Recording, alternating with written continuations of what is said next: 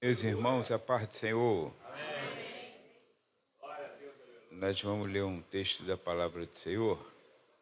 Evangelho segundo escreveu São João, capítulo 11.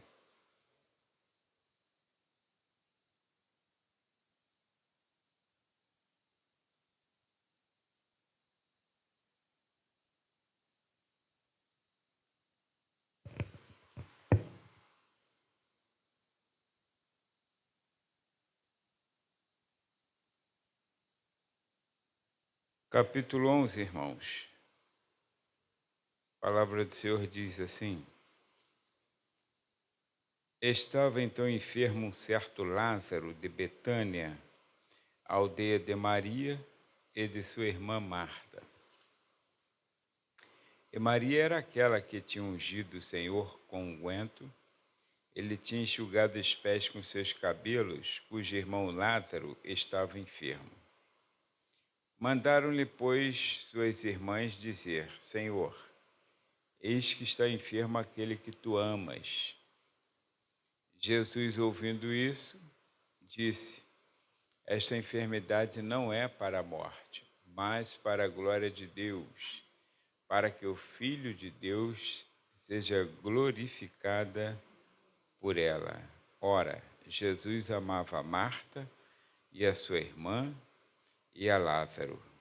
Pai, em nome de Jesus, obrigado por esta palavra que é lida aos nossos ouvidos neste momento e escrita está, ó Pai querido, para a nossa edificação, exortação e consolação. E para que tal suceda nesta noite, ó Pai querido, precisamos da revelação necessária para este momento, para que, ó Deus querido, teu Espírito Santo possa achar um lugar no coração, ó Deus, e nós em exercício de fé, Senhor, acreditar nesta mesma palavra que está sendo lida e que será ministrada. Ó Deus, obrigado pelos teus filhos que a ouvem e obrigado pelo teu Espírito Santo que nos ensina. Assim te agradeço, te peço, sempre confiando no nome de Jesus. Amém. Meus irmãos, se assentem. Nós temos ouvido algumas palavras interessantes, lida, testemunhada, e essa última música, como o evangelista aqui Antônio reforçou dizendo sobre a questão do deserto, que é uma linguagem figurada, né, para o crente, que é uma linguagem figurada significando um momento de prova.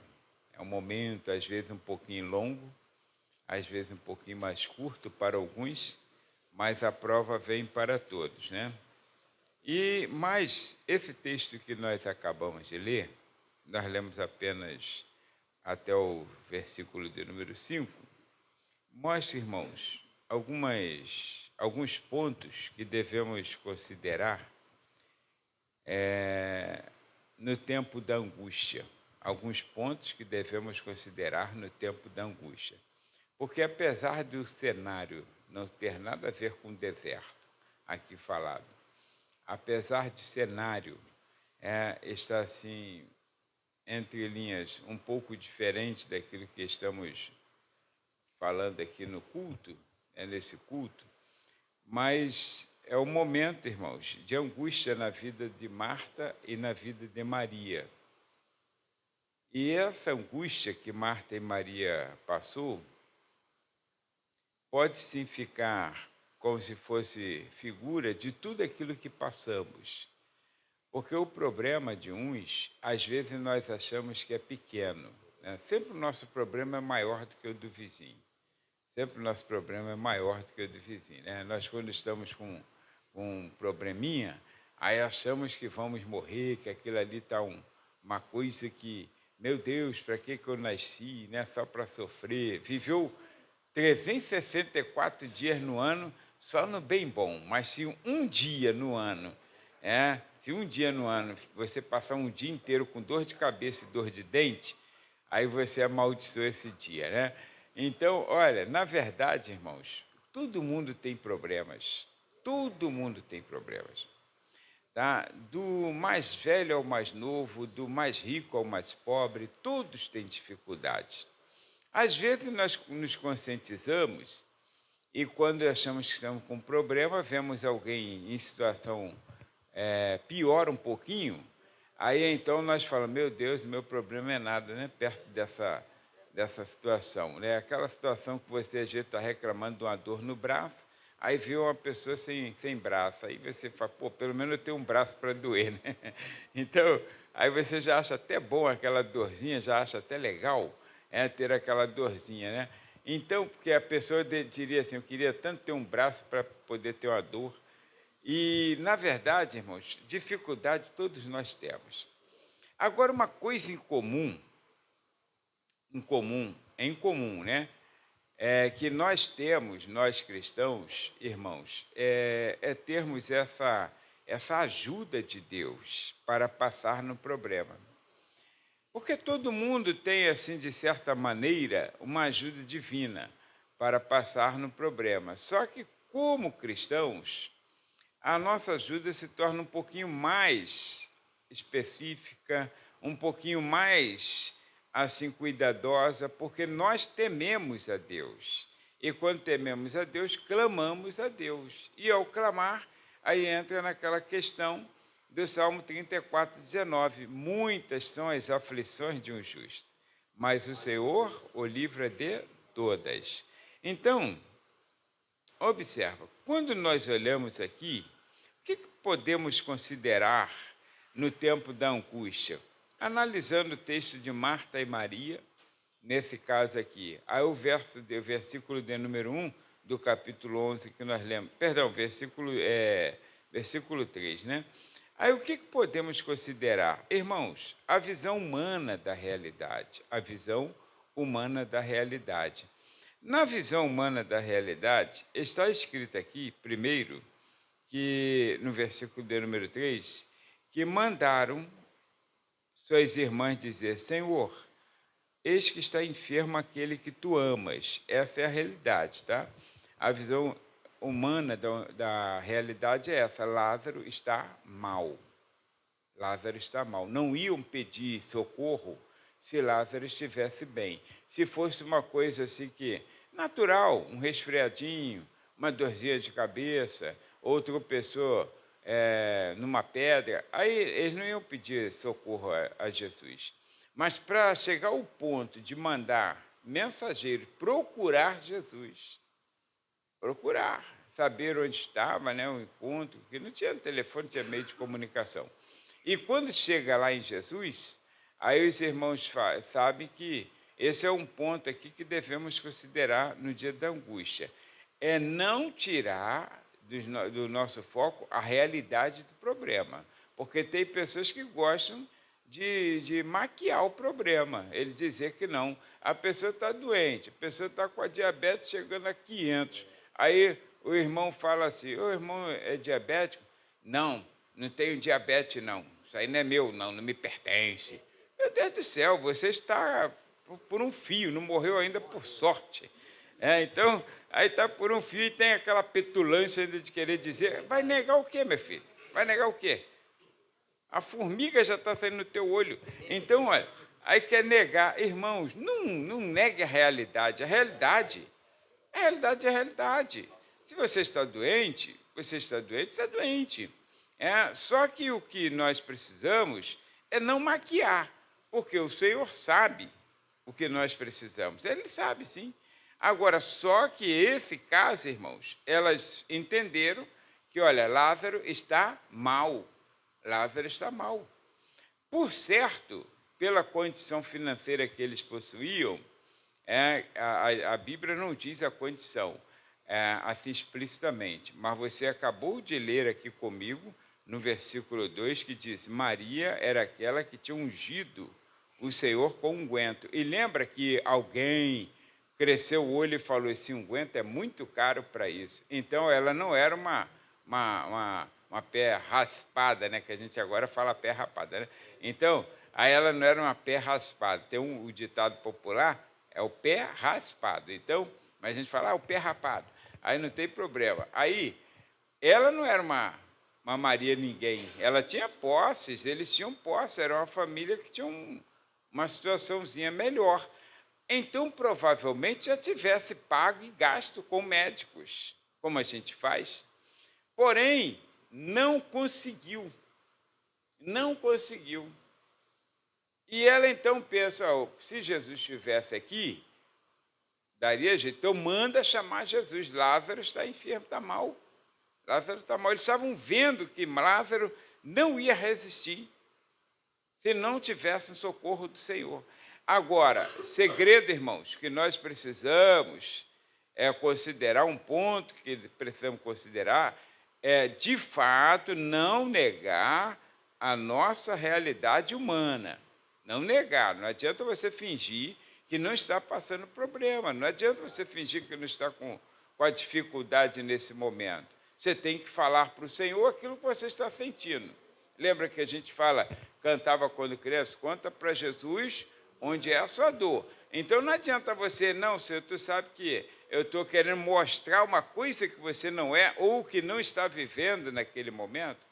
Então, melhor não é contar para as pessoas, mas é contar para o Senhor e não negar a realidade que você está vivenciando. Não é falta de fé, não é falta de fé. Tem casos que, como não traz edificação, por exemplo, uma pessoa que não professa a mesma fé que nós, não vai te ajudar em oração, não vai.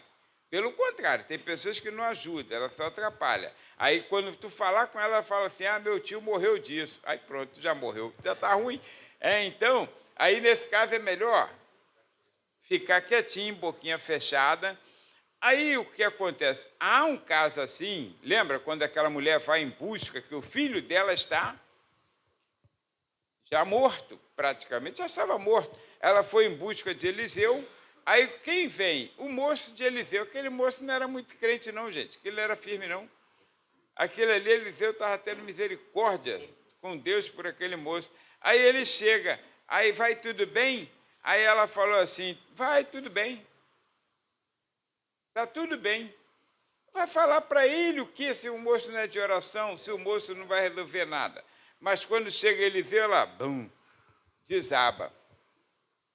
Então, por quê? Porque você tem que falar a realidade com as pessoas que vão te ajudar, que estarão contigo na oração, que estarão contigo buscando, que estarão... Agora, com qualquer um, não adianta falar com o vizinho que está doido que você morra. Não adianta você falar. Ele vai até torcer para poder, já vai comprar até a carne do churrasco. Né? Então, agora, irmãos, olha só, esse é um primeiro ponto. Então, não omita a sua realidade. Não minta para Deus, que Ele conhece o nosso coração, sabe a angústia do coração. Então faça como Ana, chegou aos pés do Senhor, se lamentou, chorou, pediu a Deus o que ela mais queria nessa vida era gerar um filho. Mesmo que ele não ficasse com ela e que fosse o único, ela o daria para o Senhor, mas ela queria gerar um filho, só para ficar honrada na sociedade. Então, o Senhor deu aquele filho e depois lhe deu mais 7 filhos. Olha só que benção.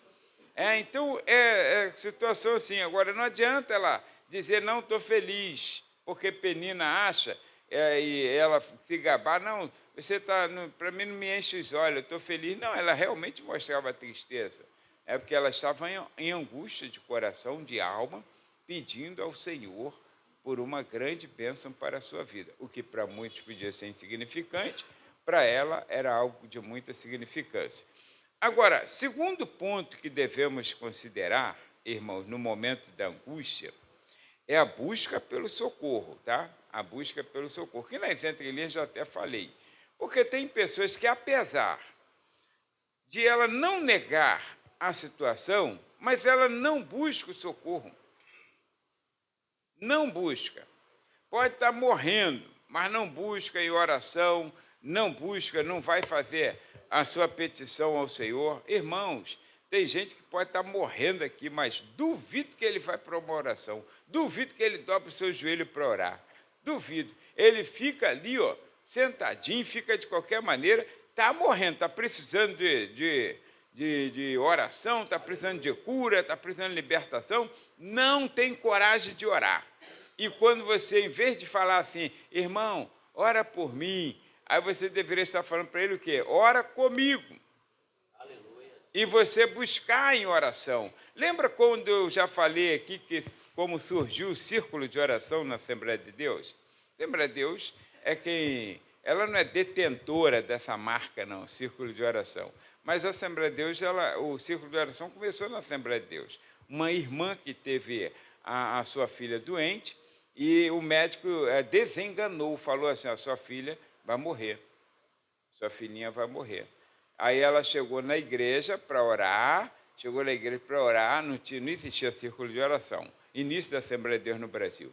Ela chegou para orar e ela, então, naquela angústia, ela chamou algumas irmãs, chamou mais algumas irmãs e falaram assim, eu estou com essa situação assim, o médico falou isso, e eu gostaria de orar, e eu queria contar com a ajuda de vocês para orar comigo.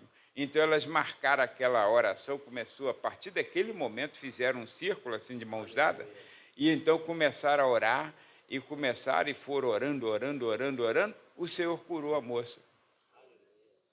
O Senhor curou a menina.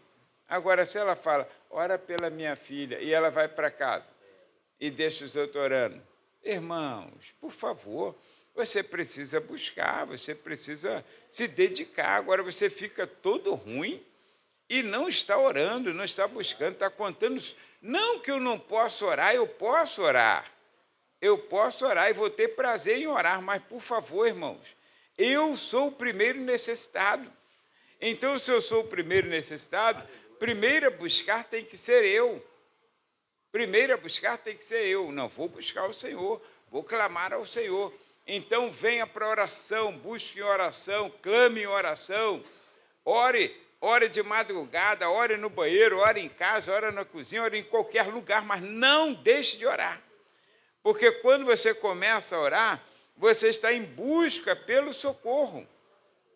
Em busca pelo socorro. Então, coloca mais ou menos assim, Marta e Maria, com certeza, têm orado ao Senhor. Elas criam no Senhor. Orado ao Pai, claro, né? Mas o socorro, bem presente na angústia, nesse caso, seria o Senhor Jesus. Aí, que ela sabe que o milagre está nas mãos dele, a autoridade do Pai está nele. Então, o que ela faz? Vai buscar a Jesus, que era como se elas estivessem indo clamar pelo socorro. É diferente do que hoje fazemos, mas é uma estrutura. Ela não tinha essa liberdade que nós temos de estar numa sinagoga, de estar num culto, ainda mais sendo mulheres, de estar no templo. Agora, elas deram o jeito delas, não deram o jeito? Então, tem que clamar, tem que orar, tem que buscar ajuda. E depois que você busca ajuda, já que essa é a situação que nós nos encontramos, aí entra uma questão que agora que começa a complicar. Por isso, irmãos, por isso que existe aquela frase que eu gosto de citar aqui, que esqueci o nome dele. Foi missionário na China. Ele dizia assim, a obra de Deus começa difícil, torna-se impossível, então é feita. Porque Deus não gosta de fazer nada fácil.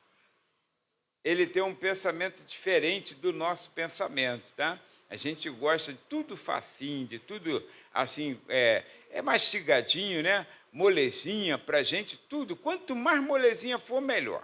Se a gente pudesse estar capinando, irmãos, deitado numa rede, capinava deitado numa rede, que aí quando fosse para lá, levava a enxada, quando viesse para cá, nós gostamos de coisas fáceis, mas Deus não. A Bíblia diz no livro do profeta Naum, capítulo 1, versículo 3, a Bíblia diz que Deus tem seus caminhos nas tormentas e tempestades. Está para lá. Ó. Então, olha, o seu caminho na tormenta e na tempestade. Então, Deus ele gosta de coisas difíceis, sabe? Coisas difíceis. Porque o possível, irmãos, nós fazemos, mas o impossível só Ele faz. Aí, então, quando chega lá em Jesus, aí os dois camaradas chegam, imagine que eles são agora a representação da nossa oração. E eles saem dali, eles sabem que Jesus ama Marta, Maria e a Lázaro, conforme está escrito aqui no texto. Ele sabe, todo mundo sabe, pela forma como ele sempre tratou aqueles três.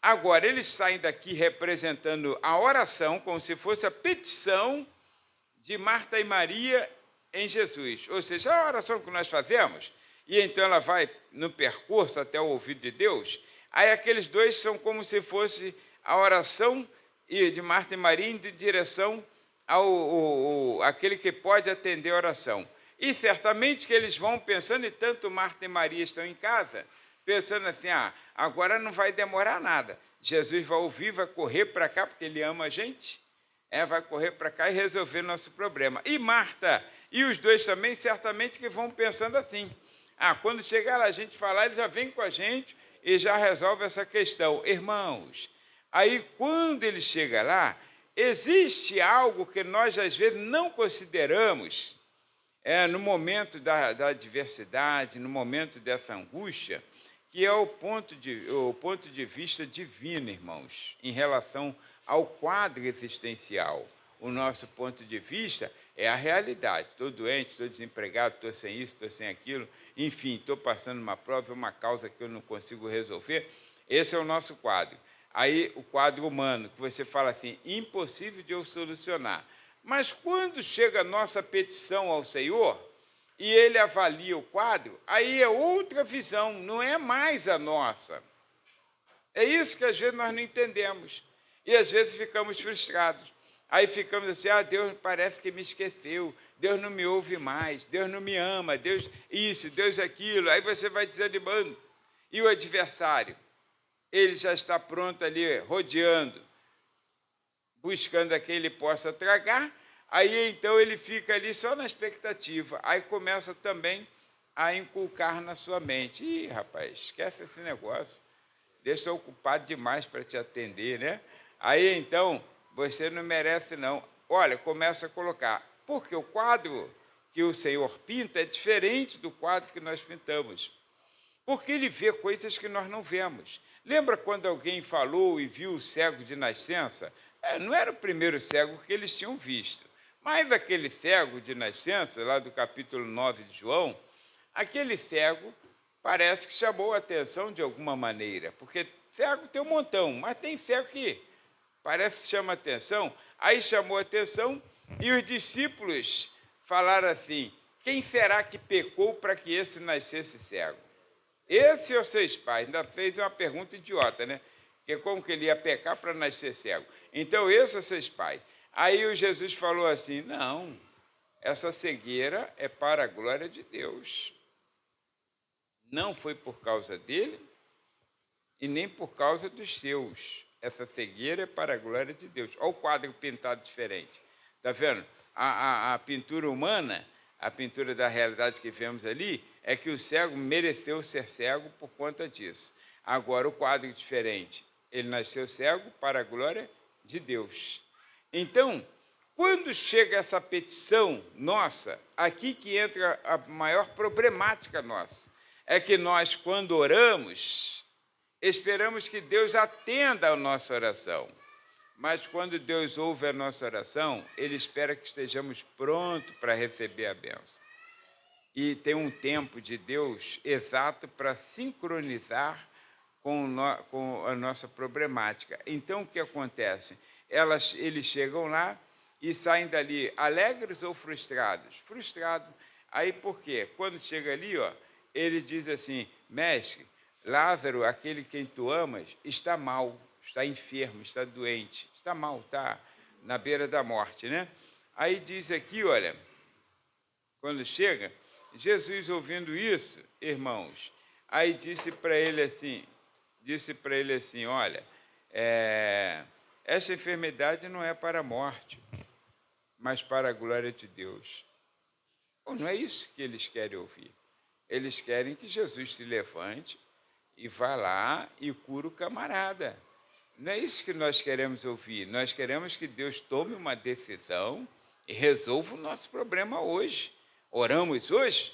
Então vamos ter a resposta hoje. Irmãos, existe um retrato que Deus pinta, que é um retrato diferente daquilo que nós pintamos na nossa realidade.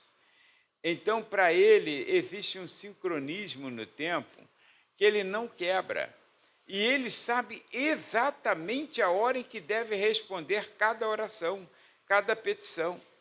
E ele dá suporte no momento em que nós estamos achando que está muito ruim para nós, muito ruim. Então, nesse caso aqui, a enfermidade, ele fala, não é para a morte. Quer dizer, dá uma tranquilidade. Bom, não é para morrer, Lázaro não vai morrer. Mas não é isso que eles querem. Não foi isso que Maria e Marta queriam, né? Elas queriam que Jesus viesse e curasse seu irmão a quem elas tanto amavam. Provavelmente Lázaro, na história, provavelmente ele seja o irmão caçula. Ele não é o mais velho, ele é o caçula. E o único homem da casa. E Jesus fala assim, é para a glória de Deus. Então, uma coisa que nós observamos, olha a visão divina do quadro. A visão divina é diferente da visão humana. Lembra que eu já falei recentemente eu digo, acho que foi esse ano, né? É que passa tão rápido, mas para mim foi recente. Que em Êxodo capítulo 14, existem 4 visões naquela questão da travessia do Mar Vermelho. Existe uma visão do homem incrédulo, porque quando ele vê aquela problemática do mar fechado e Faraó com seu exército vindo atrás, aí o que eles falam? Todos eles, começa por um e aquilo vai tomando forma ali, eles falam o quê? Morreremos.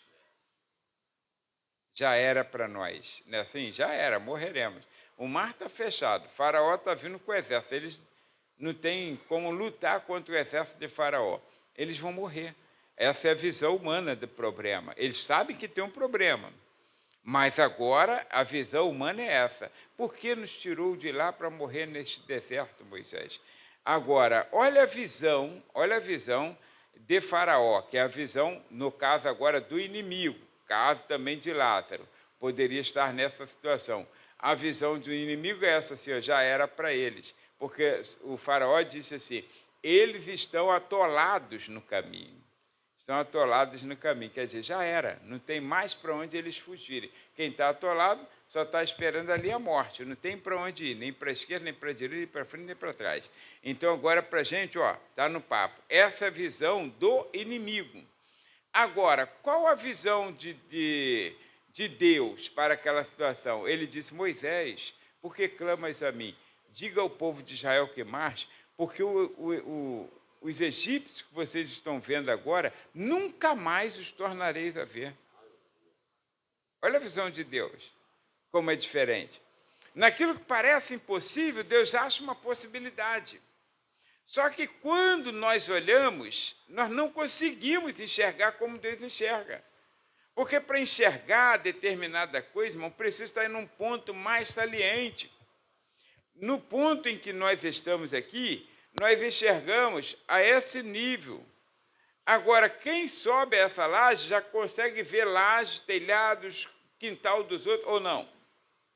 Aqui eu não consigo, vejo um muro ali azul com um portão branco. Mas quando eu estou lá em cima, no salão social da igreja, aí que eu olho, a gente vê o quintal do vizinho, vê a casa do vizinho. Está entendendo? A visão é mais ampla, a visão é melhor. Então, Deus tem uma visão melhor do que nós, dentro dos nossos próprios problemas. E, às vezes, nós não compreendemos, e por não compreendermos, aí a nossa fé enfraquece como a daqueles egípcios. Aí, Moisés, quando compreendeu o que Deus estava lhe dizendo nesse momento, a fé dele aumentou exponencialmente. Aí ele, então, gritou para todo o povo de Israel marchar. Ele gritou para todo o povo de Israel marchar, bateu ali com o seu cajado, a água começou a borbulhar e você sabe o restante da história. Foi impossível aos olhos humanos, mas totalmente possível aos olhos de Deus. O fato desse aqui, aí então uma outra coisa que nós também já comentamos em outras ocasiões, mas precisamos sempre relembrar nós mesmos, tá? A mim também, é que Deus, irmãos, ele é previsível em abençoar, mas imprevisível em como abençoar. A gente não sabe como ele vai fazer. Você tem um plano, você acha que Deus vai... Não, Deus virá aqui pela esquerda. Lembra quando Elias estava em angústia? Aí, então, começou uma trovoada, ele falou, certamente Deus agora vai bradar do trovão e vai falar comigo, né? Aquele Elias, acho que era um neopentecostal, ele vai bradar comigo agora, né? Aí o trovão passou, não aconteceu nada. Depois vem fogo, isso aí mais neopentecostal ainda. Aí vem fogo e Elias, agora Deus está nesse fogo. É roda de moinho, irmãos, é fogo puro, mano. É varão no meio do fogo. Aí Deus não falou absolutamente nada. Aí Elias desanimou, Deus não fala mais comigo. Aí daqui a pouco veio um ventinho suave assim, né, uma brisazinha daquela gostosa, irmãos, de final de tarde em beira de praia. Aí Elias nem estava esperando Deus falar, aí daqui a pouco veio a voz de Deus, Elias, que fazes aqui? E ali Deus trouxe resposta à sua oração. Ali Deus trouxe resposta ao seu problema. Mas demora, às vezes, a forma como Deus fala. Aí imagine a frustração daqueles dois moços chegando, e Jesus, como se estivesse ignorando aquela petição, porque falou, Lázaro, aquele a quem tu amas, está enfermo. Aí Jesus falou, isso aí não é para a morte, não, é para a glória de Deus. E Jesus nem ao menos perguntou qual era a causa da enfermidade. Às vezes eu não pergunto quando a pessoa fala assim que estava com problema, aí operou, aí a Ana fala assim, mas operou o quê? Eu falei, isso, nem perguntei, nem me liguei nisso. Aí ela fala, meu Deus, era para ter perguntado, se fosse eu já tinha perguntado, ia saber o nome do médico e tudo, né? E o hospital. Agora, eu não pergunto, aí dá uma impressão que é um descaso, né? Mas Jesus aqui, não perguntou a causa da enfermidade, mas ele ficou enfermo de quê? Desesperado, ficou enfermo de quê? Nada, nada, nada. Quando acabaram de falar com ele, era como se ele tivesse feito, se fosse hoje, século XXI, ele ia fazer assim, valeu, recado dado. Só isso que ele ia fazer. Valeu, obrigado, recado dado, o resto é comigo. E ignorou totalmente. Imagine aqueles dois chegando, de volta, irmãos, e falando para Marta e Maria, falamos com ele, não deu a mínima. Nem perguntou por vocês e nem perguntou qual foi a causa da enfermidade. Imagina, a fé lá embaixo. Enquanto, aí a gente canta, mas às vezes não crê. Quando Deus está em silêncio, Ele está trabalhando. Nós não cremos, porque na hora da angústia, o que queríamos é que Deus falasse conosco, é que Deus respondesse a nossa oração, abrisse o céu, aí vem a voz do Cid Moreira, meu filho, eis que estou contigo. Não, mas aí não acontece isso, a gente fica desesperado, fica nervoso, e o que nós vamos fazer agora, irmãos? É só que se aquietar. A resposta de Deus, aí sim, volta a Números 14, qual foi a resposta de Deus? Moisés diz para esse povo se aquietar. Aquietai-vos. Aquietai-vos. Então, às vezes, nós não conseguimos nos aquietar. E aí o que acontece, que você sabe, irmãos, Jesus, ele ainda ficou ali mais 2 dias no local em que ele estava, como se tivesse esquecido da oração de Marta e Maria, da petição de Marta e Maria. Cerca de 2 dias ali ficou. Quando Jesus, então, do nada, ele diz assim para os seus discípulos, vamos agora, vamos despertar Lázaro do sono. Aí alguém que não entende ainda fala assim, mas se ele está dormindo, está seguro, acreditando que ele já tinha melhorado. Mas a Bíblia diz assim, mas ele falava isso porque Lázaro tinha morrido. Irmãos, ou seja, agora acabou. Acabou. Enquanto há vida, há esperança. Não é assim que a gente fala? Mas para Deus, irmãos, as coisas que são impossíveis aos homens, Lucas capítulo 1, acho que é o versículo 39, né? São possíveis para Deus. Nós lemos isso, nós falamos isso, nós cantamos isso, mas, infelizmente, não acreditamos nessa palavra na hora da nossa angústia. não acreditamos. Nós duvidamos, a nossa natureza fala mais alto assim, essa natureza humana, e fala, já era para mim, perdi, não tem mais jeito, né? Deus se esqueceu de mim. Irmãos, olha, nesse momento aqui, que nós estamos falando, que é o versículo de número 4, aí vamos no versículo 5, olha, aqui nesse versículo 5, aqui está a garantia da nossa vitória. Aqui está a garantia da nossa vitória. Essa palavra simples está a garantia da nossa vitória. Está dizendo assim, ora, Jesus amava a Marta e a sua irmã, que é Maria, e a Lázaro. Irmãos, se o Senhor nos ama, é onde Paulo fala, somos mais do que vencedores por aquele que nos amou. Então, quando eu tiver convicção de que Jesus me ama, então eu vou ficar mais tranquilo. Aí sim, seja o que Deus quiser. Qual é a vontade de Deus? Qualquer que seja a vontade dele, aí eu vou entender, segundo as Escrituras, que a vontade dele é boa, agradável e perfeita. Isso Romanos capítulo 12, né, versículo 2. E Romanos 31, não. 8:28 está escrito que irmãos, que todas as coisas cooperam para o bem daqueles que amam a Deus e que foram chamados segundo o seu propósito. Então, olha, quando eu fizer meu coração entender que Jesus me ama, e a gente canta, não canta? Ele me ama. Agora, só que na hora da angústia, irmãos, como é difícil na hora da angústia, lembrar que Jesus te ama. Lembrar que Jesus está contigo. Lembrar que Ele não se esqueceu de você. Que a vitória é certa nele. Que você é mais do que vencedor. Que nenhuma condenação há para os que estão em Cristo Jesus. Esses versículos chaves, esses versículos assim, se Deus é por nós, quem será contra nós? Isso é um versículo forte, né?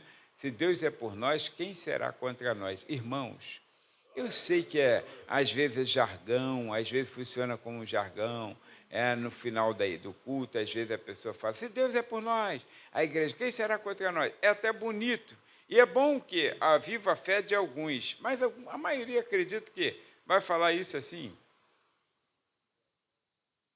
sem entender o que está falando.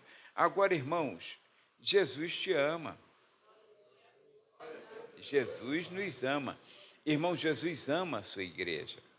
A igreja é o bem maior de Jesus aqui na terra, não é o povo de Israel. O povo de Israel é um povo exclusivo de Deus, uma aliança abraâmica, ou abrâmica, né? A gente fala, mas abraâmica fica mais bonito. Essa é uma aliança que Deus fez com Abraão, em Gênesis capítulo 12, versículos 1 a 3. Israel, o povo exclusivo de Deus, nunca será eliminado da terra. Agora, a menina dos olhos de Deus não é Israel, é a igreja. A igreja, irmãos, ela é um composto de hebreus, né? Vamos falar pelo Antigo Testamento, hebreus e gentios, que formam a igreja, que é um povo de Deus. Então, só existe aos olhos de Deus nessa terra 3 nações, gentios, judeus e a igreja, só. A igreja é a mais importante. Israel tem lá seu cuidado de Deus. Agora, o cuidado que Deus tem pela igreja, a igreja foi comprada por preço de sangue. A igreja tem um preço muito, muito especial. Então, Cristo ama a igreja. E nós fazemos parte do corpo de Cristo, que é a igreja. Então, Ele nos ama. Ele nos ama. Ele tem cuidado de nós. Olha, às vezes a gente vê tantas pessoas com medo disso e daquilo, mas depois você lê assim, aquele que habita no esconderijo do Altíssimo, a sombra do Onipotente descansará. Aí cita, né? direito, Senhor, Ele é meu Deus, e aquela coisa toda. Aí disse assim, 1000 cairão ao teu lado, 10.000 à tua direita, e tu não serás atingido. Poxa, 11.000 caiu ao teu lado. 11.000. E você não foi atingido. Aí você está com medo de uma seta maligna. Tu está com medo de um dardo inflamado. Não tem lógica, irmãos. Não tem lógica. O crente é coberto pelo sangue do Cordeiro. Não tem lógica. O crente ele não precisa ter medo. O crente ele precisa apenas confiar em Deus. O adversário, segundo as Escrituras, ele não tem poder para atingir a vida de um crente. Não tem. Só se Deus autorizar, como fez com Satanás para Jó. E não é toda hora que se tem uma autorização, não, irmãos. Por favor. Está pensando que Deus está assim, dando a torta direito à autorização? Não, negativo. Se Deus fosse médico do INSS, ia ser aquele pior que tem, irmão. Não ia dar um dia para ninguém. Que ele não dá autorização assim a Bangu, não. Aí toda hora vai lá, pega aqui, quer quantos dias? Negativo, mesmo. Deus não dá autorização a Satanás toda hora, não. Em casos específicos, ele permite que Satanás toque. Agora, não tem como, com a igreja e até com o povo de Israel, não tem como, só Deus dando autorização. Percebe que estará na grande tribulação, segundo as Escrituras, haverá 12.000 de cada tribo de Israel. 12.000 de cada tribo, testemunhando. As testemunhas que estarão aqui, testemunhas que estarão no período da grande tribulação, não é agora não, período da grande tribulação. E Satanás não tem poder contra elas. Não tem poder. Vai se levantar demônios que nunca pisaram esse solo, sairão do abismo, estão presos no abismo. Terríveis, terríveis. Nunca. E se levantarão, sairão para poder atormentar, fazer os homens sofrerem. Agora, o que acontece? Naquelas testemunhas, duvido que eles possam tocar. Não podem. Porque todas elas, segundo as Escrituras, têm o selo de Deus na testa. Olhou, não posso tocar. Não posso. Acabou. Irmãos, está com medo de quê? Nós já tivemos aqui um testemunho uma vez de uma pessoa aqui que já foi dessa magia negra. Aí teve aqui uma vez, aí ele falou que ele fazia maldade de graça, né? Bruxaria de graça, né? Assim, maldade com crente. Aí estava lá duas pessoas, duas jovens lá dentro, acho que duas jovens dentro do ônibus, e Satanás querendo que ele fosse fazer lá. Aí quando ele tentou fazer alguma coisa e que chegou lá, aí Satanás, não mexe com isso aí não, isso aí é lá de cima, ó. Não tem como, irmãos, não tem como.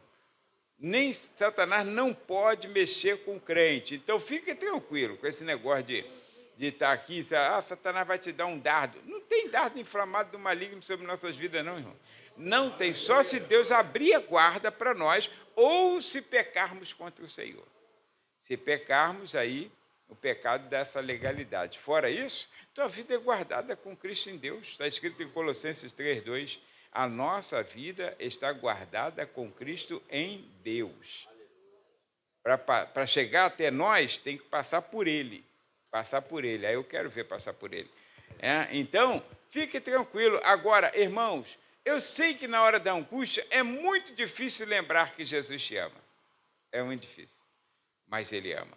Aí, então, esses são os momentos aqui, a garantia de nossa vitória. O tempo certo é com o Senhor. Aí o versículo de número 6, nós não lemos, né? Paramos no 5. Ouvindo, pois, que estava enfermo, ficou ainda 2 dias no lugar onde estava. Eu só citei, não tinha lido. Irmãos, o tempo é do Senhor. Aí, quando deu os 2 dias que ele estava, ele caminhou para lá. E tu acha que Jesus foi correndo? Cara, esqueci que Lázaro estava doente, meu irmão. Rapaz, esqueci igual a gente faz. Esquecer dinheiro no caixa eletrônico? Meu Deus do céu, cara. É para se converter na Assembleia de Deus, né? Para se converter na Assembleia de Deus. Não tem jeito não. Aí o que acontece? Aí esqueci, saiu correndo? Negativo, Jesus não saiu correndo. Não saiu. Irmãos, eu posso ver Jesus andando naquela elegância, né? Tranquilão, calmamente.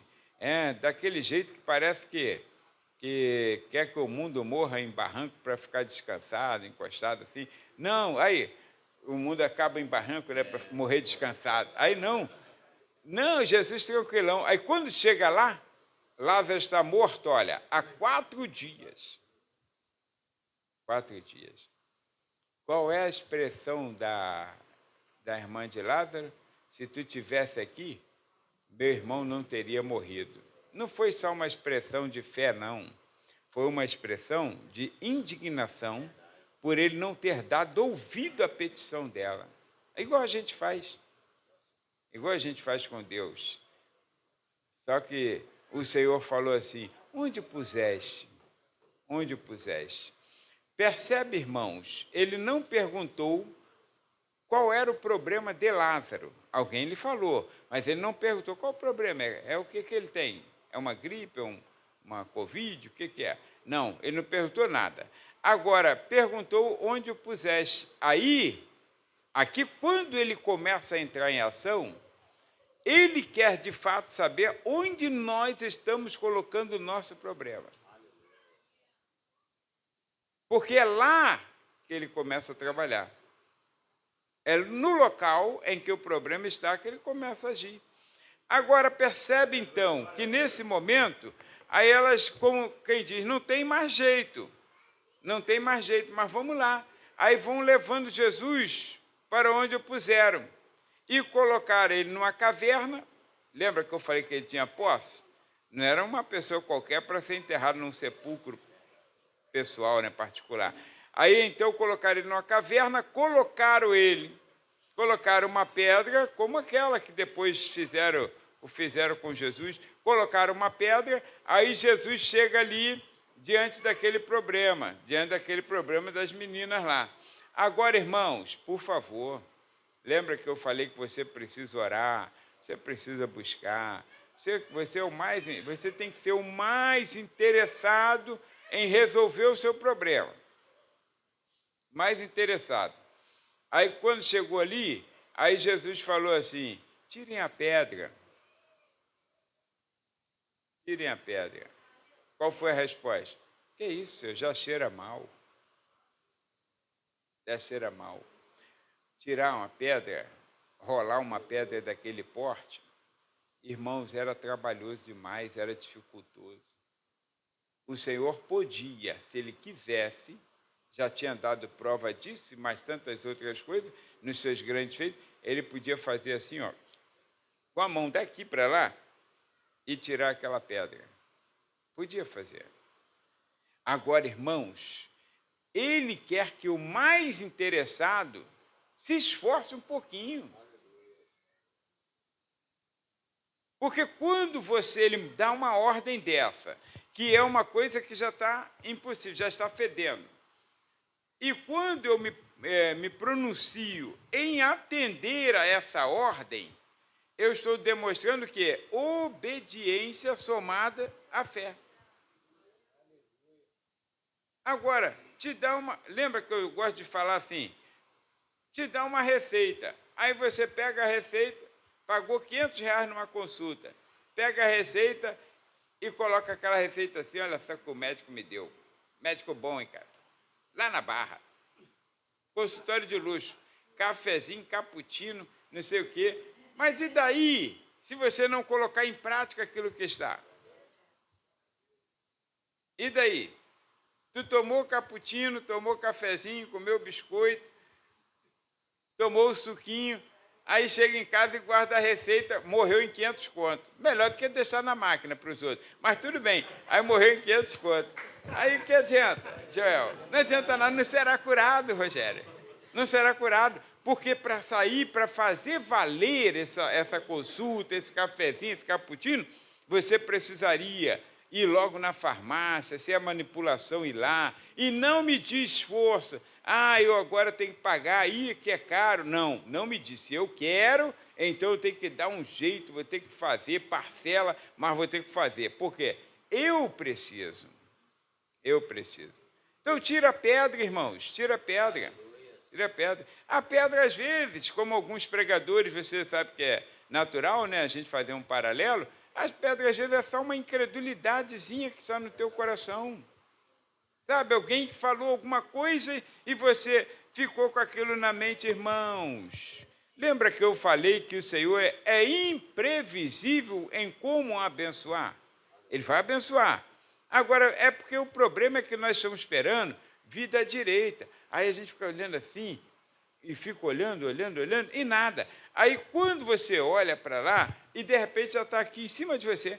Lembra do moço que sobe 7 vezes para olhar para a banda do mar? Ele estava querendo ver uma nuvem gigantesca, o céu escurecendo assim do nada, né? Aquela coisa sombria, para ele falar, Elias, o tempo mudou. Não, não teve vento, não teve nada. Aí eu acho que ele armou ali em cima de Elias. Mas ele chegou para 7 vezes, o camarada já tinha subido lá e não via nada. Aí Elias falou, e se fosse eu no lugar dele, ia fazer o mesmo, ia armar. Aí Elias falou, ele falou assim, eu vi uma nuvem lá, pequenininha, do tamanho da mão de um homem. Elias falou, pronto, vamos correr que vem chuva aí. Então Deus só precisa, eu ia falar para Elias, não dá, mas 7 vezes, vou falar para ele que eu vi alguma coisa. Era para ele parar de mandar eu subir toda hora. E foi realmente o que Elias queria saber, se foi mentira do cara ou não, mas era o suficiente para Elias saber que Deus estava agindo. Irmãos, é um grão de mostarda, não é um caroço de abacate. Aí você fica esperando um caroço de abacate, aí Jesus vem com um grão de mostarda, desse tamanhozinho, que tu nem vê. Está aqui, ó, a tua bênção está aqui. E é tudo que precisa para fazer crescer. Então, olha, quando aconteceu isso, aí ele então chegou lá e disse assim, tire a pedra. Quando tirou a pedra, provavelmente o cheiro veio cá fora, né? Mas Jesus não se moveu do lugar. Alguém pode ter até criticado aí. Mandou tirar a pedra e não está fazendo nada. Aí Jesus, para mostrar a autoridade e que ele pode, irmãos, pode fazer qualquer coisa sobre nossa vida, qualquer coisa. Aí ele fala, faz o quê? Faz o quê? Irmão, diferente de nós, diferente. Se fossem os pastores de hoje, os líderes de hoje, a gente ia ali, meu Deus e meu pai, meu Deus, pai de Abraão, Isaac e Jacó, e de Enoque, não sei mais de quem que é. Irmão, nada disso, não pulou, não girou, não fez nada. Ele falou, graças te dou, ó Pai, que sempre me ouves. Sempre me ouves. Aí olhou para lá e disse, Lázaro, venha.